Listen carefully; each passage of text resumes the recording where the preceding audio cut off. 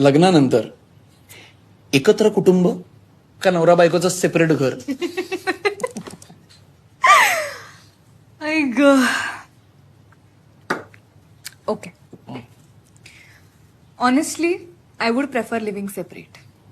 हो. हा, आणि यात कुठली निगेटिव्ह भावना नाही. सोपं आहे बघ.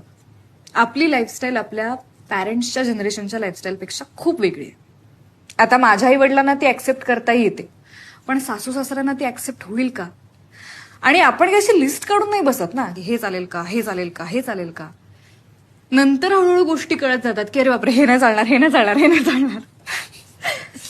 हे बघ, माझ्या छोट्या छोट्या गोष्टी असतात. आता फॉर एक्झाम्पल, आता माझ्या घरात मी ऑफिसमधनं आल्या आल्या शॉर्ट्सवर असते, किंवा पिरियड्समध्ये मी दिवसभर लोळते, मी काही काम करत नाही, मला प्रचंड कंटाळा येतो.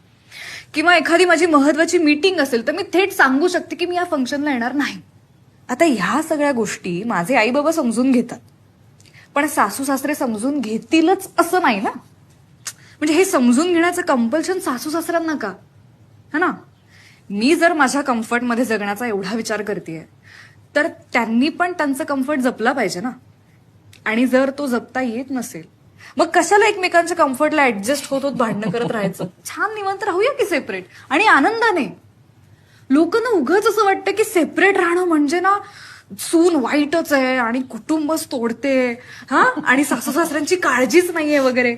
In fact it's the opposite. मला त्यांच्यासोबतचं नातं खूप छान टिकवायचंय, म्हणून मला वेगळं राहावं असं वाटतं. तू कम्प्लिटली जज करतोय. नाही नाही नाही, अजिबात नाही. अगं, कुठलीही गोष्ट कम्प्लिटली चुकीची किंवा कम्प्लिटली बरोबर कशी असेल असं ब्लॅक अँड व्हाईट नसतं ना. पर्स्पेक्टिव्ह महत्वाचा.